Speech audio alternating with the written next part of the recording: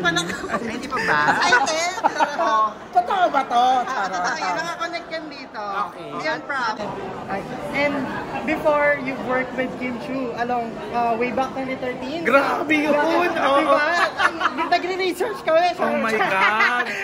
Bakit hindi ka crush ng cast mo? And ngayon, very successful ni Kim Chu ngayon. So, what's your reaction na sobrang successful mo na ngayon from your work with him? Ako kasi, PBB pa lang ni Ate Kim, love ko na siya. So hanggang ngayon, love ko pa rin siya. Queen Chu nga yung tawag ko dyan hanggang ngayon kahit na magkaibigan na kami. Kasi never ko na-imagine na magiging kaibigan ko si Ate Kim. But ang message ko lang talaga is, I love you so much at lahat ng success niya, deserve niya. Isa si Kim Chu talaga sa pinakamabait, nami-misunderstood lang. Pero grabe yung laki ng puso niya. Like ako talaga, makikipagpatayan ako para kay Queen Chu kasi alam ko lagi na lahat ng ginagawa niya, it comes from a place of love. So, congratulations on your 13 years, Ate Kim. Wow, kabisado talaga. Yes, as a Kim Chu fanatic. So, are you good friend ba with Kim Chu like you? Yes, alam mo nakakatawa kasi yung unang-una naming film, yun yung baka di ka crush na di ba? Parang nag-cameo lang ako doon. Tapos sabi ko sa kanya, i-follow niya ako sa Instagram. Eh,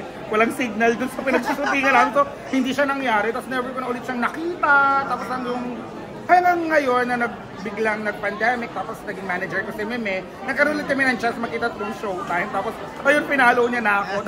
Ang saya-saya ko na. So ngayon, magkausap na kami lagi, ganyan. So, yes, full circle. Sa movie nila, may movie sila with Paolo ngayon. Are you willing to be part of that ba? Sa kanilang movie? Actually, kahit saan namang pelikula, basta kasama si Ate Kim, go ako. At saka, any project naman, basta hindi lang problematic yung director. Wow! Bakit pa? Meron ka bang gustong i-share? Problematic director. Wala naman. Sana lang sa lahat ng mga gumagawa ng pelikula, di ba, more than sa pagkita, dapat progresibo na tayo gumawa ng film. Dapat hindi lang tayo nagkikwento. Dapat nakakapag-iwan din tayo ng magandang message at ng hindi problematic or toxic na mensahe sa tao. Mabalik naman tayo, syempre, your friend now with Kim Chu, diba? So, yes. Ano nang napapansin mo ngayon sa kanila ni Paolo about his love, her life? Kasi nang bakit mo ito kung Ate Kim bigla yung tanong, natakot ako. Wait lang. Natanggal yung ano ko, gum ko. Saan nila, ha? Oo, ni Paolo. Because you're a good friend with her. Yes, grabe din naman kasi sobrang close ni Ate Kim para palungkatan yung love life ko. Pero kinikilig ako sa kanila kasi nung nanood ako ng What's Wrong with Secretary Kim, nakukuha ko. Baby deal, magaling din talaga si Kuya Pao na artista. Ang galing din ni Ate Kim. So sobrang sarap nilang panoorin sa mata. Kahit naman nung linlang, kahit nakakabuisip na, ang sarap pa rin nila panoorin. But kung ano man ang pupuntahan ng relasyon nila, parehas naman sila nasa tamang edad at personal naman buhay nila yan. So, support lang as long na walang tinatapak ng ibang tao.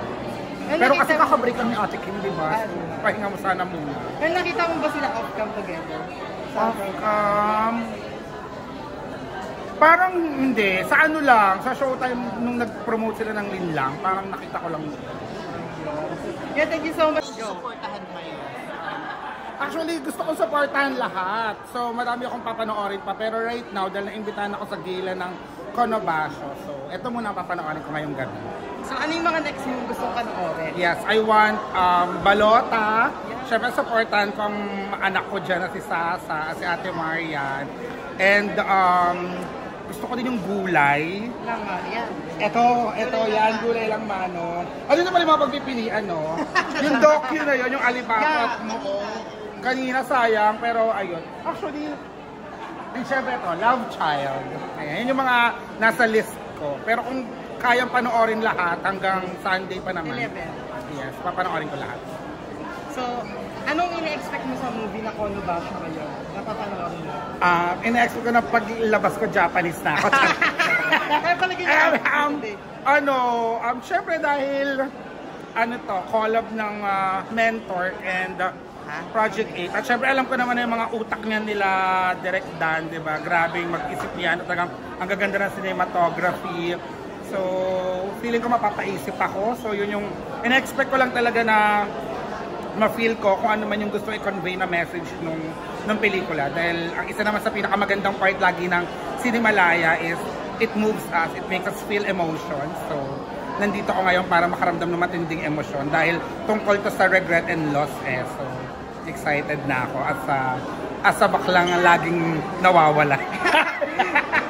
Lagi ka ba nanonood ng Sinimalaya or this is your first year? No, every year akong nanonood. Siguro, actually na-start ako maadi kasi ni Malaya nung Babae sa Septic Tank 1. Yes, yun yung parang, after kung parang niyaya ako na manood sa CCP pa noon. Tapos, every year na ako nagsasupport. So, hanggang ngayon.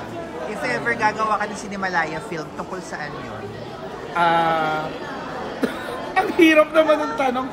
Kasi di ba kapag Sinimalaya, grabe yung mga storytelling talaga. Hindi siya basta-basta as in. So, siguro mag-iisip ako ng something controversial at talagang nakakamulat ng isipan ng tao kagaya ng Los Sabongeros. Ganyang level. Yung, wow, di ba? Yung nakakainis dahil gusto ko siyang panoorin din. Pero mga ganon, yung talagang ikakagising ng diwa natin at mapapaisip tayo ngayon. Siguro to ko sa mga baklang kanal. Malapit ako sa ganon dahil isa akong baklang kanal. Anong message mo pala kala Isnir, kala Sasa Girl, and kay Marian din, ng mga close friends mo na sobrang gaganda ng feedback sa balot? Oh my God. Isnir, Sasa, huwag kayong tatabi kay ate yan, ha? Charot, congratulations and ang saya makita na kasi ang bibigat din ng roles nila dito, di ba? Hindi kayo, sobrang proud ko. Sasa, sobrang proud ko. Esnier, love na love ko kayo. Salamat dahil, syempre, ibang klaseng inspiration kayo ngayon sa mga bakla at ang ganda ng character nyo dito. Excited na akong mapanood at sana tuloy-tuloy pa to at magbukas ng mas marami pang opportunity sa mga baklang kanal. Hindi lang sa Sinimalaya, but for the mainstream media, di ba? So ano naman pwede mong i-promote na abangan namin sa iyo, syempre? Well, dahil pahinga, kakatapos lang ng Black Rider. Makinig na lang kayo palagi ng Ang Walang Kwentang podcast dahil parang every month na akong nag-guest, so supportahan natin. And syempre, sa mga socials ko, at Ate Dick, ayan, sa YouTube, sa TikTok, sa Instagram. Follow nyo lang ako kung gusto nyo na marami pang baklang kanal content. Message to everyone na supporter sa iyo. Diyos ko sa lahat ng mga pawikan at mga baklang kanal na sumusuporta sa akin. Bakit? No, thank you sa inyo kasi kung hindi dahil sa inyo, hindi rin ako nabibigyan ng ganitong opportunity. So sana hindi ko kayo na-disappoint at I promise na hindi ko sasayangin lahat ng mga palakpak at pagmamahal niya sa akin. Thank you so much. Love you, thank you so much. Love you, me. Thank you. Mabuhay ang pelikulang Pilipino.